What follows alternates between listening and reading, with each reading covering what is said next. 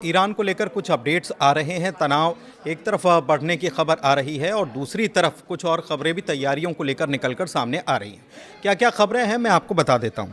दरअसल रिपोर्ट ये बता रही है कि ईरानी हथियार जो है वो दुनिया के सबसे ताकतवर हथियारों में से एक है और ट्रंप ने इसी वजह से ये आदेश कर दिया है कि अमेरिका का यानी यूएसएएफ कैपेबिलिटीज़ जो हैं उनका पूरा इस्तेमाल किया जाए, जिसकी $100 बिलियन कीमत आंकी जाती है ईरान की बैलिस्टिक और न्यूक्लियर मिसाइलों और ड्रोन्स को तबाह करने के लिए। मतलब पूरी ताकत झोंक दी जाए अमेरिकी फोर्सेस की तरफ से, ये ऐसा कहा जा रहा है।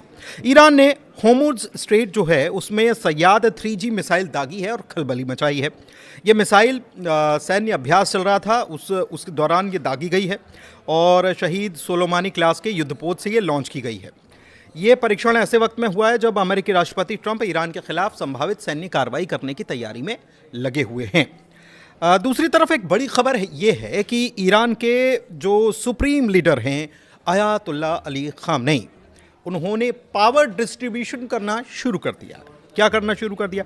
अनुभवी राजनेता और सुरक्षा प्रमुख जो हैं अली लारीजानी, आपको मालूम है, उनको कई अधिकार उनको सौंप दिए गए हैं क्योंकि तेहरान को देशव्यापी विरोध प्रदर्शन का सामना करना पड़ रहा है। अमेरिका इजराइल के साथ सैन्य टकराव के हालात भी बन रहे हैं, इसका खतरा भी बन रहा है।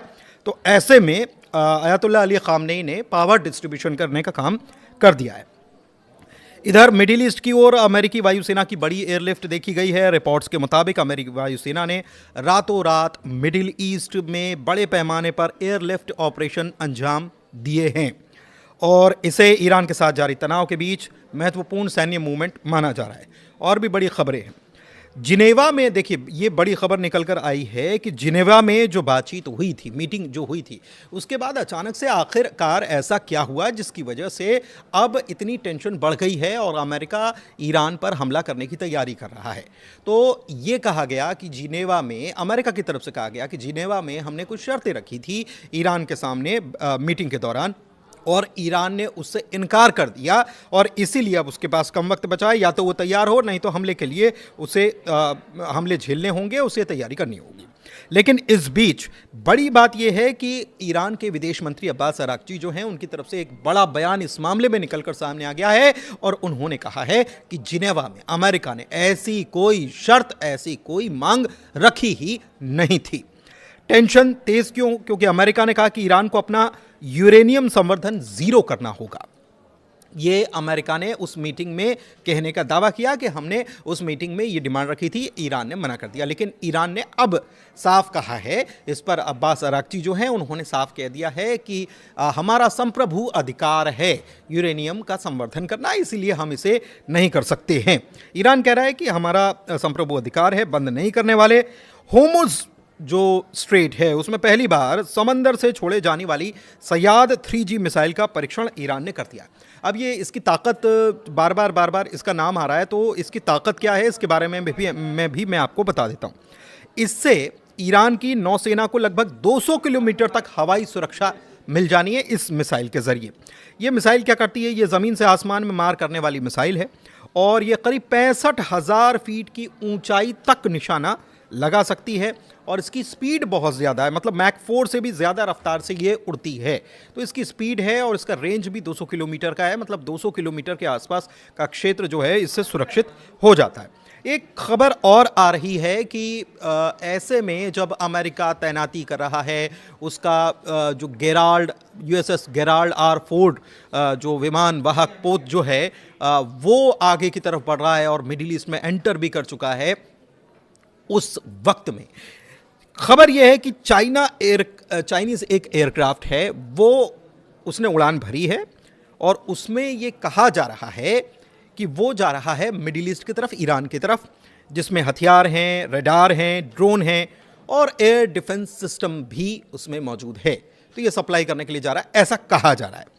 अमेरिकी विशेष दूत जो हैं स्टीव विटकॉफ, उन्होंने एक बड़ी बात कही है। उन्होंने क्या कहा है कि ईरान के जो निर्वासित क्राउन प्रिंस हैं रेज़ा पहलवी, उनसे उन्होंने मुलाकात की थी। और ये मुलाकात क्यों की थी? क्योंकि ट्रंप ने उनको कहा था कि जाके मुलाकात कीजिए, इसलिए मुलाकात की थी।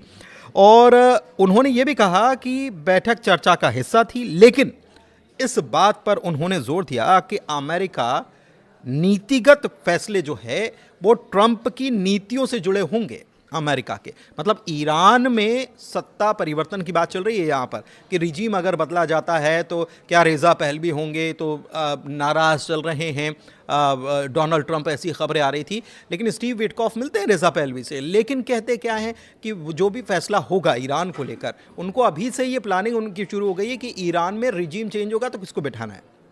अभी हालांकि अभी टकराव भी नहीं हुआ है, लेकिन ऐसा लग रहा है। तो इसमें रेज़ा पहलवी के विचारों से, रेज़ा पहलवी के हिसाब से कुछ भी नहीं होगा, एक मैसेज दे दिया गया। एक खबर और आई है कि तेहरान के परंद में कई जगह आग और धमाकों की खबर निकल कर आ रही है। पुष्टि नहीं हुई है, लेकिन खबर निकल कर आ रही है। और रिपोर्ट्स ये बताती है कि तेहरान के परंद शहर में कई जगहों पर आग और घने धुएं का गुबार उठा है और कुछ हिस्सों में बिजली सप्लाई भी बाधित हुई है। कुछ लोगों का ये भी कहना है कि कुछ धमाके जैसी आवाज़ सुनी गई, जिस इमारत के ऊपर धमाकों की आवाज़ सुनी गई उसके ऊपर से एक जेट विमान उड़ता हुआ दिखाई दिया, ऐसा कहा जा रहा है। पुष्टि नहीं हुई है। लेकिन नेतन्याहू की तरफ से जो बयान आया वो एक बड़ा बयान है, उसकी चर्चा करना ज़रूरी है। वो ये कह रहे हैं कि अगर यहूदी नहीं होते तो अमेरिका नाम की कोई चीज़ दुनिया में नहीं होती। मतलब आप ज्यूज़ जो हैं उनका होना कितना महत्वपूर्ण है इस दुनिया के लिए, वो अपने इस बयान में ये कहते हुए नज़र आ रहे हैं। और वो ये भी कह रहे हैं कि हम अमेरिका को इस दुनिया में लाए हैं। और एक प्रकार से उनके इस बयान में अब अलग अलग तरीक़े से नेतन्याहू के इस बयान को देखा जा रहा है। कुछ लोग ये कह रहे हैं कि अमेरिका को एक प्रकार से वो चेतावनी और धमकी दे रहे हैं कि अगर हम आपको लेकर आए हैं तो हम आपको हटा भी सकते हैं, इतनी ताकत हम रखते हैं। एक चीज़ और है कि अमेरिकी इकोनॉमी में ज्यूज़ जो हैं उनकी बहुत बड़ी हिस्सेदारी है। तो क्या इसके ज़रिए एक चेतावनी अमेरिका तक पहुंचाने की कोशिश की जा रही है कि ईरान पर आपको हमला करना ही होगा? ये नेतन्याहू के बयान के क्या मायने हैं, इसको थोड़ा सा समझने की ज़रूरत है। कई इसके एस्पेक्ट्स हो सकते हैं। नेतन्याहू की धमकी की वजह से अमेरिका और ट्रंप इजराइल का इतना सपोर्ट करते हैं, इतनी बात मानते हैं, इसको लेकर क्वेश्चन मार्क करके लोग सवाल भी कर रहे हैं। अच्छा, इस बीच ये है कि ईरान, सऊदी अरब, इजिप्ट, जॉर्डन और लेबनान जो हैं उन्होंने माइक हकबी जो हैं उनके ग्रेटर इजराइल प्रोजेक्ट 2030 का ग्रेटर इजराइल प्रोजेक्ट है उसकी कड़ी निंदा की है। और उन्होंने इसकी मजम्मत करते हुए एक तैयारी भी शुरू कर दी है, ऐसी खबरें हैं। और कैसी तैयारी है?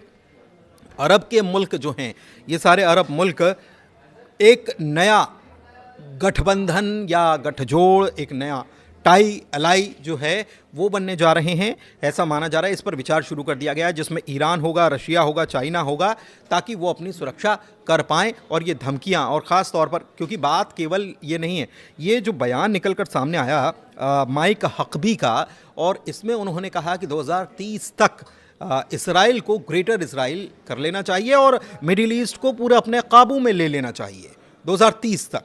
तो अगर उनका ये बयान है तो ये केवल ईरान को लेकर नहीं है, ये बयान जो है ये आसपास के मिडिल ईस्ट के जितने भी अरब मुल्क हैं उनको लेकर भी है। तो उनको भी अब ख़तरा महसूस होने लगा है, जिस खतरे के बारे में ईरान पहले से आगाह कर रहा था। इस बीच ट्रंप जो हैं, एक खबर और है, और ये खबर पुष्टि तो नहीं हुई है, लेकिन ट्रंप जो हैं वो एक बार फिर से जो हालात बन रहे हैं, जो खबरें निकलकर उन तक भी पहुंच रही हैं, तो एक बार फिर से उनको लग रहा है कि नेगोशिएशन कर लेना चाहिए, बातचीत कर लेना चाहिए, बैठक कर लेना चाहिए, बजाय कि मिलिट्री कॉन्फ्लिक्ट हो, मतलब कि सैन्य टकराव हो, उसके बजाय बातचीत कर लेना चाहिए। क्यों कर लेना चाहिए? क्योंकि अमेरिका के अरब के साथ जो ताल्लुकात हैं, कहीं उस पर इसका असर न हो जाए, इस बात की चिंता भी है उनको कि ऐसा ना हो कि असर हो जाए। क्योंकि पीट हेग्सेथ जो हैं वो कह रहे हैं कि ईरान और अमेरिका के बीच में जो वॉर छिड़ता है तो अमेरिका के इससे हित प्रभावित होंगे, डॉलर पर इसका विपरीत असर होगा और दुनिया को करीब 24 ट्रिलियन ग्लोबल लॉस उठाना पड़ेगा। ये उन्होंने 24 ट्रिलियन डॉलर का लॉस उठाना पड़ेगा, नुकसान उठाना पड़ेगा इस युद्ध के बाद।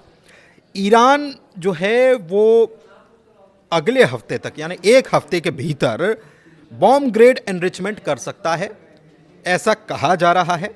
यूएस एनवॉय ने ये एक चेतावनी दी है और एक जेरूशलम पोस्ट जो है उसके मुताबिक स्टीव विटकॉफ ने ये बात कही है कि ईरान थ्योरेटिकली इतनी ताकत रख रहा है कि वो वेपन ग्रेड हथियार, वेपन ग्रेड यूरेनियम जो है उसके पास इकट्ठा हो जाएगा एक हफ्ते के भीतर। ये कुछ कुछ वैसा ही है जैसा कि 12 दिनों का, जून में जो 12 दिनों की झड़प या भिड़ंत जो हुई थी उस दौरान भी यही बातें कही गई थी। और वो बातें कही गई थी आईएईए की तरफ से और उसमें कहा गया था कि ईरान बस आप समझिए कि एक हफ्ते, एक महीने दूर है और वो बम बना लेगा। ईरान कह रहा है कि हम बम नहीं बनाएंगे। ईरान कह रहा है कि हम परमाणु मामले पर बातचीत करने के लिए भी तैयार है। ईरान ये भी कह रहा है कि अगर परमाणु मामले पर कोई बातचीत बनती है तो हम दूसरे मुद्दों पर भी बातचीत करने के लिए तैयार हैं। ईरान ये भी कह रहा है कि परमाणु संपन्नता या परमाणु को इकट्ठा करना या एनरिचमेंट जो है वो इसलिए भी ज़रूरी है कि हमको हथियार नहीं बनाना, लेकिन हमारी ज़रूरतों के लिए ज़रूरी है, चाहे वो खेती की बात हो, चाहे वो दवाइयों की बात हो, चाहे वो एनर्जी की बात हो। तो इसके लिए हमारा ये अधिकार भी है, संप्रभु अधिकार भी है। इस बीच अमेरिका की तरफ से एक बार फिर से इसी प्रकार का ये बयान जो है ये सामने आ रहा है। तो आपको क्या लगता है कि क्या अमेरिका एक्शन लेगा या फिर डोनाल्ड ट्रंप की जो चिंता है कि अमेरिका और अरब के रिश्ते में दरार पड़ जाएगी अगर ऐसा हुआ और दुनिया के ऊपर एक भारी भरकम बोझ आने वाला है इस युद्ध के बाद, $24 ट्रिलियन का नुकसान दुनिया को उठाना पड़ सकता है क्योंकि तेल की कीमतें, जाहिर सी बात है कि तेल की कीमतें इससे बढ़ने वाली हैं। ईरान झुक नहीं रहा है। ईरान साफ तौर पर कह चुका है कि हम किसी के सामने सर नहीं झुकाएंगे। उसने ये भी कह दिया है कि होर्मुज़ जो है हम उसको ब्लॉक कर देंगे। ईरान केवल अकेला नहीं है, ईरान के साथ कई सारे मुल्क भी खड़े हुए हैं। चाहे वो चाइना की बात करें, चाइना कुछ सपोर्ट भी भेज रहा है, चाइना की तरफ से कुछ इमेजेस भी भेजी गई हैं। ऐसी खबर निकलकर सामने आ रही है कि चाइना ने कुछ सैटेलाइट इमेज जारी की है। दूसरी तरफ रशिया की तरफ से सैन्य साजो सामान पहले ही सप्लाई हो चुका है, चाहे S-400 की बात हो या दूसरे एयरक्राफ्ट की या जेट्स की बात हो। इसके अलावा यमन में हूथी जो हैं उन्होंने भी साफ तौर पर कह दिया है कि अगर अमेरिका नहीं मानता है तो हम अपना टारगेट सेट करके बैठे हैं कि हमको क्या करना है लाल सागर में। तो ऐसे में व्यापार प्रभावित होगा, व्यापार प्रभावित होगा तो जाहिर सी बात है कि दुनिया पर इसका असर पड़ने वाला है। इसीलिए हम भी ये कह रहे हैं कि दुआ कीजिए कि ये युद्ध की नौबत ना आए और बातचीत से पूरा मसला हल हो जाए। ईरान भी यही कह रहा है। कुल मिलाकर आज के अपडेट में इतना ही। मुझे दीजिए इजाज़त। ग्लोबल अड्डा को प्यार देते रहिए। बहुत शुक्रिया।